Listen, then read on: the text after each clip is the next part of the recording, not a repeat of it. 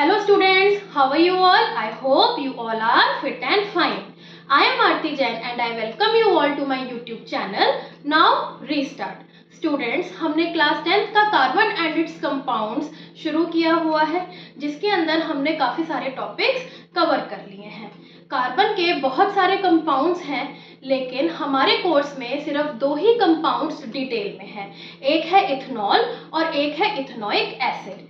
हमने अपनी previous class में इथेनॉल टॉपिक कवर कर लिया है। जिन भी बच्चों ने मेरी वो वीडियो नहीं देखी है, आपको डिस्क्रिप्शन में लिंक दिया हुआ है, प्लीज़ उस वीडियो को ज़रूर देखें। और अगर आपको उससे कोई हेल्प मिलती है तो प्लीज़ उसे लाइक शेयर सब्सक्राइब ज़रूर करें।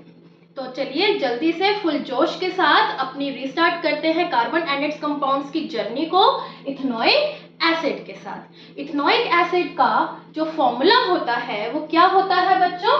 इथेनोइक एसिड का फॉर्मूला होता है CH3COOH।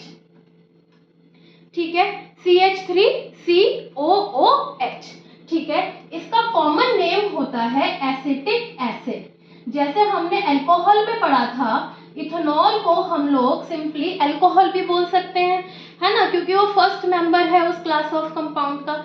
लेकिन यहाँ पे हम इथेनोइक एसिड को क्या बोलते हैं? जनरली एसिटिक एसिड बोलते हैं। ठीक है, इथ का मतलब है 2 कार्बन एटम्स, तो यहाँ पे देखिए 2 कार्बन एटम्स हैं, है ना, और यहाँ पे 3 H लगे हुए हैं और यहाँ पे एक OH है और डबल बॉन्ड O है।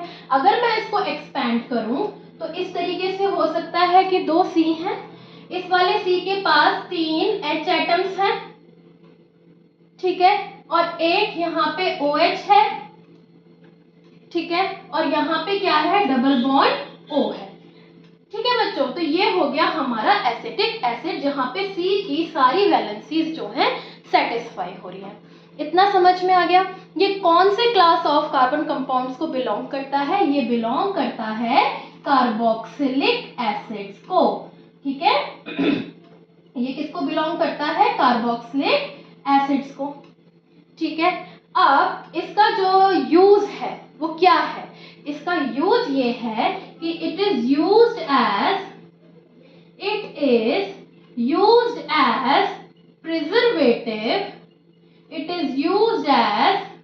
प्रिजर्वेटिव इन पिकल्स, यानी कि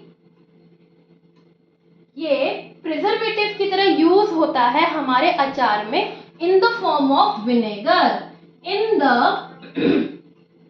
फॉर्म ऑफ विनेगर।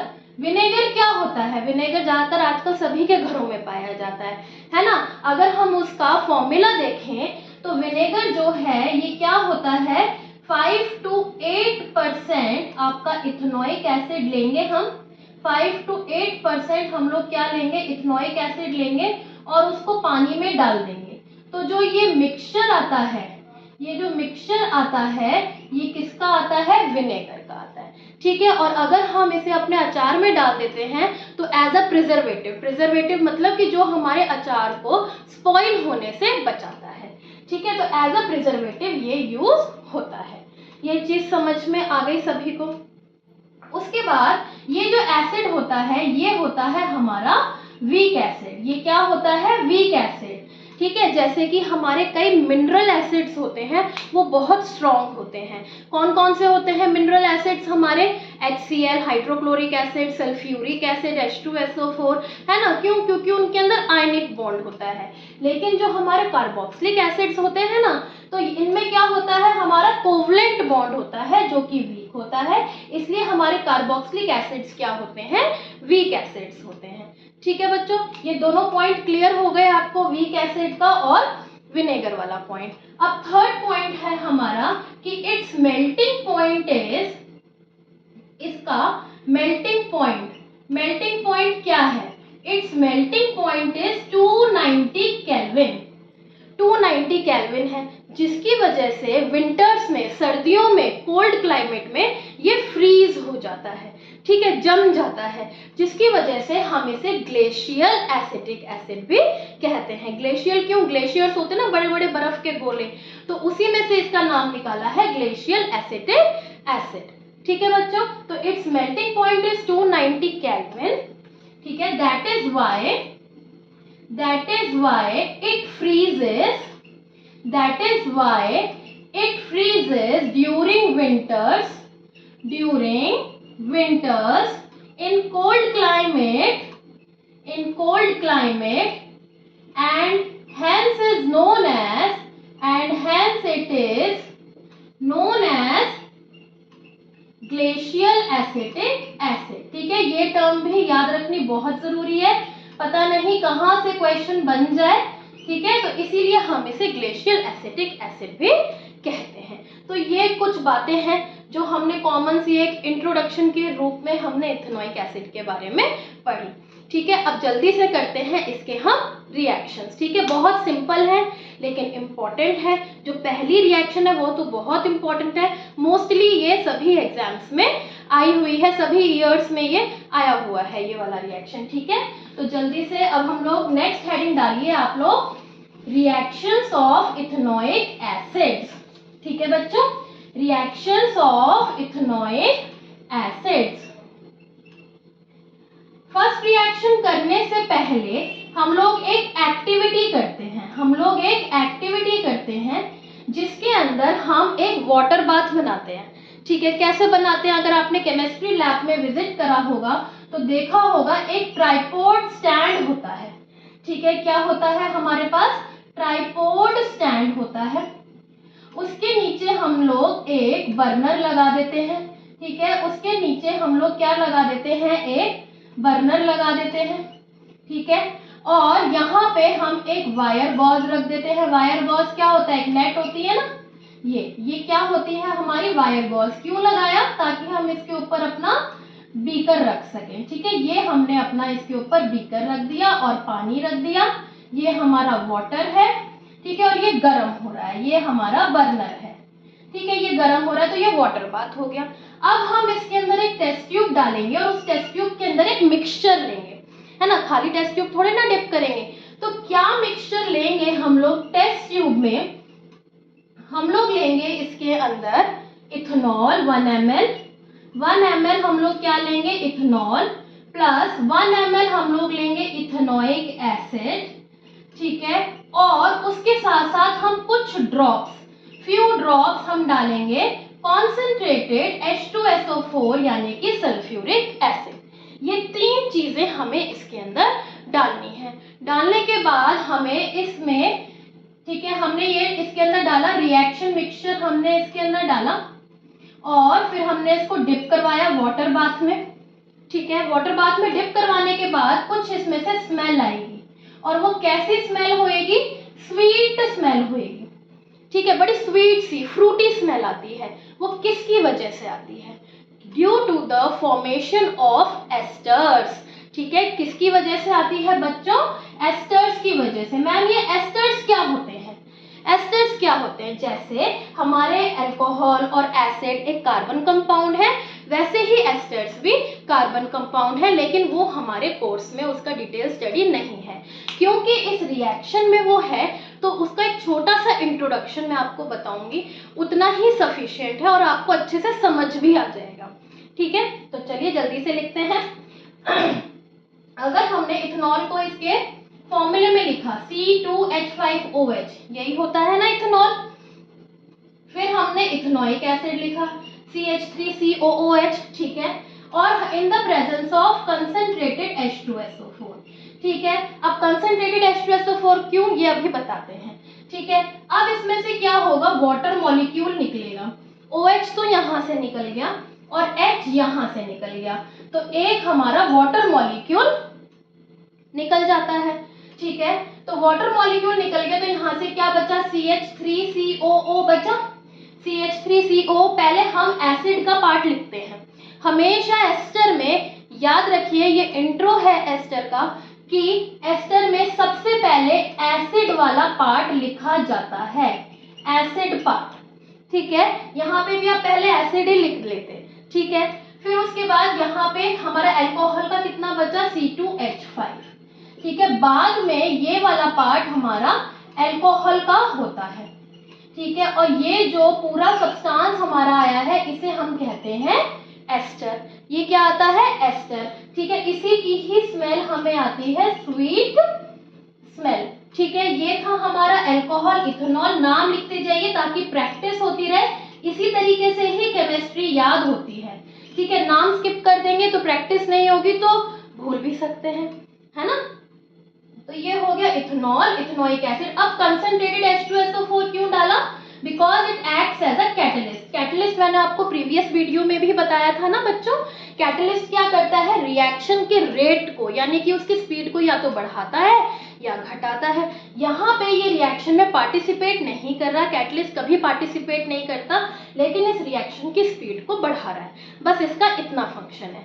ठीक है, लेकिन आपको नाम याद होना चाहिए कि इस रिएक्शन में कैटलिस्ट का क्या नाम है। ठीक है बच्चों, अब जो ये एस्टर बना है इसका नाम क्या है?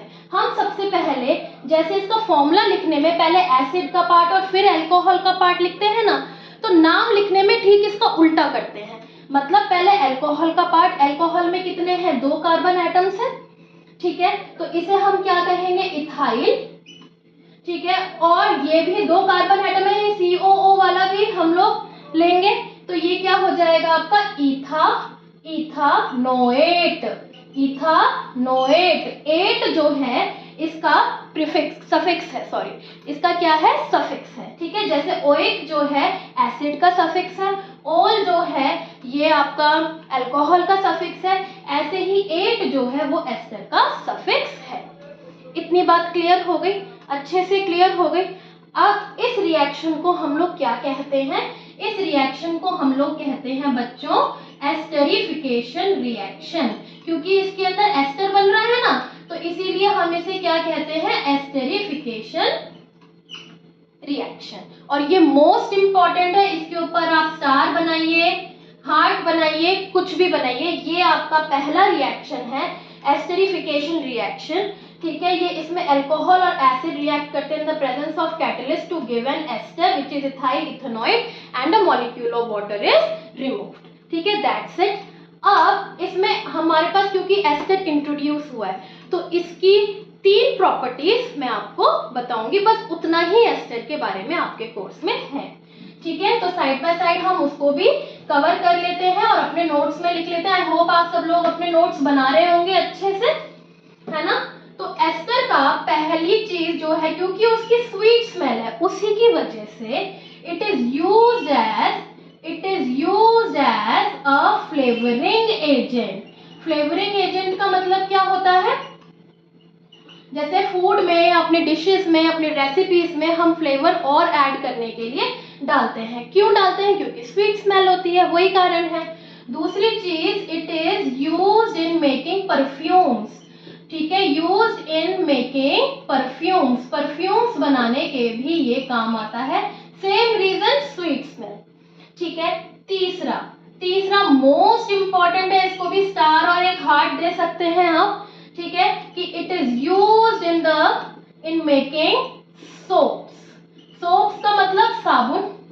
साबुन बनाने के काम आता है। कैसे मैम, साबुन कैसे बन सकती है? देखिए, अगर हम कोई अपना एस्टर ले लेते हैं, ये हमारा एस्टर बना था ना इथाइल इथेनॉइड, अगर मैं इसे किसी एल्कली मतलब बेस जिसमें हाइड्रोक्साइड आयन होता है OH, है ना, ये हमारा क्या है? एल्कली है।